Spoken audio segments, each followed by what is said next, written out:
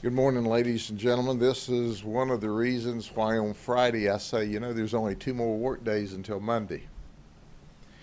The reason we're holding this meeting with the press today is an event occurred early this morning that is absolutely unacceptable in Polk County. We're just not going to have it. And as a result, we want to bring this to the community's attention so that there is help from the community members as we move forward to finish solving this case. Polk County is one of the safest counties in the United States to live. However, just before about 1:13 this morning, we know that a group of young men, kids, left the bowling alley in a Camry. The young man that was driving, who owned the Camry, was 26 years of age. He was a black male. We're not listing his name because at this point in time we don't know exactly who the victims and who the suspects are.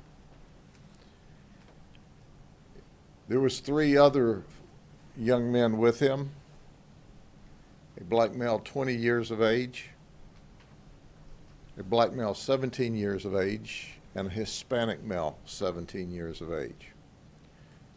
They left and they were driving their car toward Martin Luther King Boulevard, just on the outskirts of Winter Haven,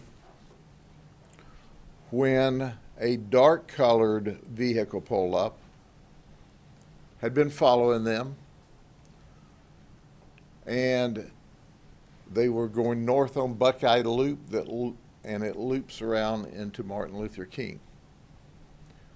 When they went from north on Buckeye Loop to westbound on Martin Luther King, the dark-colored vehicle with at least 2 black males in it, and certainly there may have been more, pulled up beside the Camry, and they had a running gun battle, a shootout. That's right. Here are the bullet holes in the Camry. And here's a close-up. And if you look very close, you'll see some of these bullets are entrance holes into this vehicle. Some are exit holes from the vehicle. So the suspects were shooting back and forth at each other. So let me break this down further. After a shootout, which is witnessed by some friends of the young men in the Toyota, from a distance, they see the Toyota kind of ease over to the side of the road. And what we find is not good. What we found was a 20-year-old young man, still a kid, is dead. He was shot 8 times. Did you hear what I said? He was shot 8 times.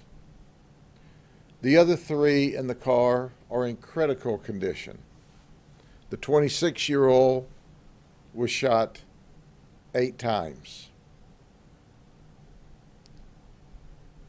The 17-year-old black male was shot 2 times.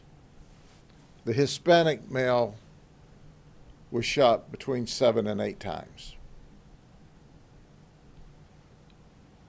The right front passenger, who was only 20, that's deceased, when immediately, because we were in the area along with our colleagues from Winter Haven Police Department, it occurred in the unincorporated area, but we received a remarkable amount of assistance from the Winter Haven Police Department. They got to the Camry first. And our deceased had an AR strapped around him. He also had a gun in his waist. You know, you've heard the old saying, if you live by the sword, you die by the sword. This 20-year-old young man, really a kid, was living with a gun and he died with it because of a gun. There was a shootout. So, are the suspects in the black car or the dark colored car? Are the suspects in the Camry? We don't know who's suspects and who's victims at this time. But we do know that the dark colored car continued to flee west on Martin Luther King, pulled up to the Winter Haven Hospital, and dropped off a person who was shot as well. He was only 21 years of age, a young black male, 21 years of age. And then the dark-colored vehicle with the driver fled from the scene. So what we're looking for today is a dark-colored sedan, smaller size sedan, with bullet holes. We have the Camry. We have the 4 that were shot up significantly bad. None of this should happen. Young men aren't supposed to die and get shot up by other young men.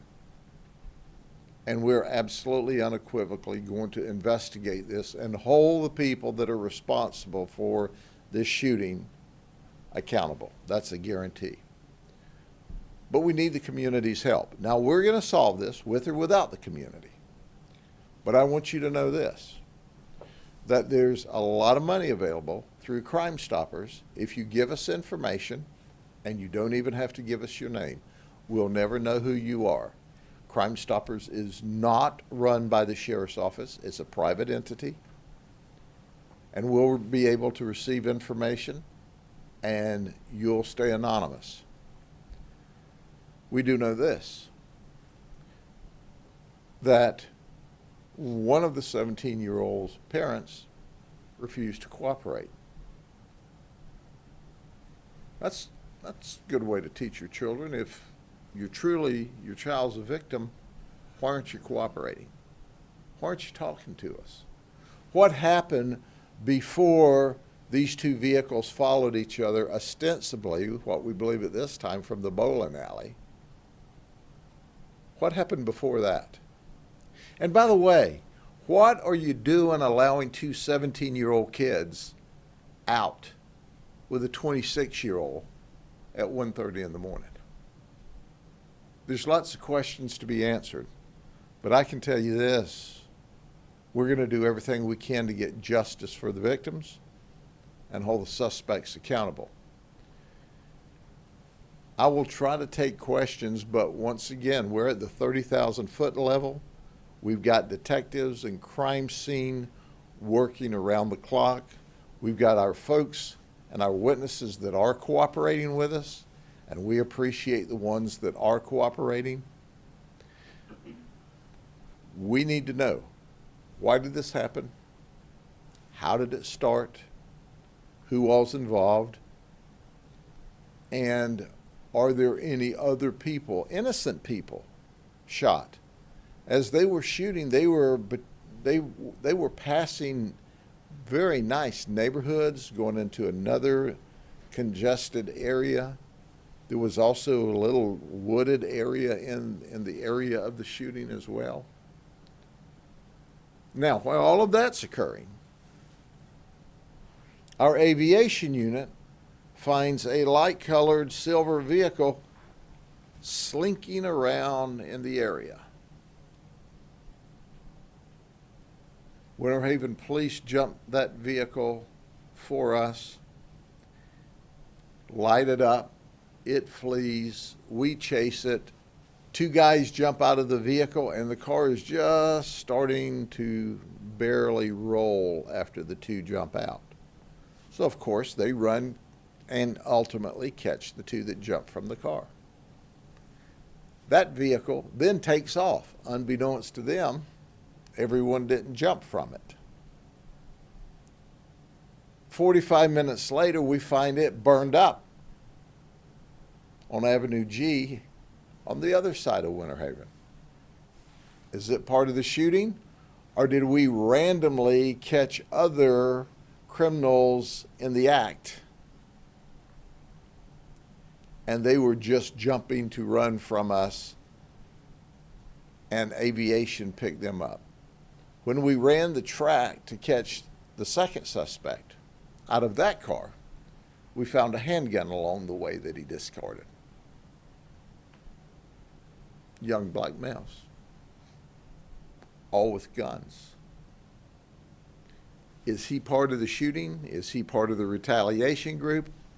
Or did they just happen to be there slinking around whenever we were able to catch while we were looking for the others? That's part of the investigation that's ongoing right now as well. Are there any questions? So the two people that jumped out of the last car, the other suspects or victims at this point, are they in custody?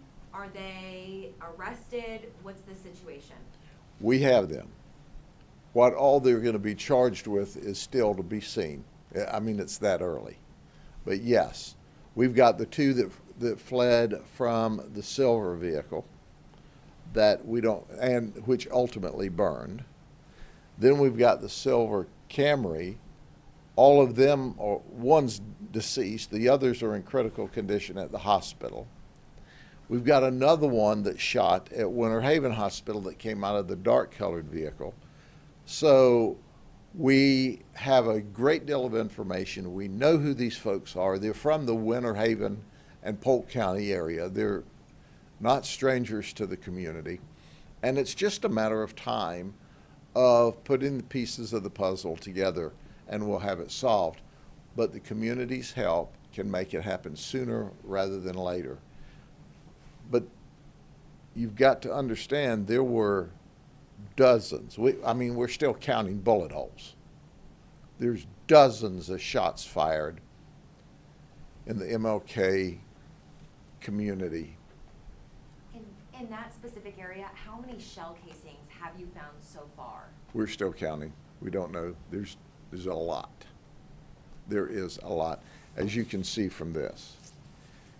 And there's bullet holes in and bullet holes out. They had a running gun battle. Sheriff, any reports of altercations at the bowling alley, or you just think that that's where they started following them? We had a deputy working an off-duty detail at the bowling alley, and he called for assistance in breaking up a crowd in that area.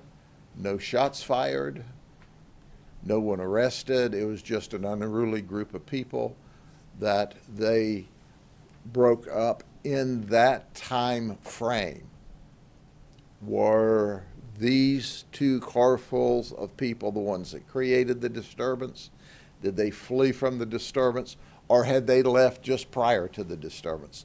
That's questions we can't answer yet, but we know there were no shots fired and no physical fights in the parking lot, according to our off-duty deputy working that detail. Do you know, and how many guns were recovered from the one car and then the car that was? So far, the deceased had 2 guns. We found a gun in the back seat of that car on the floorboard, and the driver had one. So we know there's at least 4 guns there. Newsflash, you know that low-level nonviolent drug, marijuana? We got that and a lot of cash as well. So were they selling drugs earlier? Were they selling drugs at the bowling alley? You know, I get sick when people go, oh, marijuana's not dangerous. Well, the residual effects from it when everybody's got guns and they're shooting at each other, that's pretty dangerous. So what did we have last night? We had young men with guns, with marijuana, with cash, and a running gun battle ensued. And that's things that just don't happen in this community, and we're not going to allow it to happen in this community. Those young men have a right not to be hurt. And the other young men have a right not to be hurt. So whichever ones we arrest, or how many we arrest, or what we arrest them for, that's still under investigation. But it's not going to occur without accountability in this county. I know you mentioned the parent of the 17-year-old is not cooperating, but what about the 4 people that are in the hospital that are part of this? Yeah, we are going to work with all of their families. We're in the process of that now. Once again, you see all the people that are shot. They're scattered out to different hospitals. We've got detectives and deputies at different hospitals. We're working a crime scene. All of that's going to come together. You'll see us mop up with another press conference tomorrow, the next day, 3 days from now, whenever we get some direction. The purpose now is for the people to take a deep breath that might have lived in the area of that running gun battle to know that, one, we pretty well know who the actors are, and two, it wasn't a random shoot at your house deal, and three, if you go outside today, you live around MLK or Buckeye Loop, see if you got any bullet holes in your car or your house any place. If you do, call us. If you have video that will see the road area, please call us. We'd love to have that video as well. Okay? Sheriff, lastly, is it too early to, if it's gang related, or are these just groups of friends, or? Yes, it's too early to say whether or not it's gang related, but certainly if we determine that it is, we'll let you know.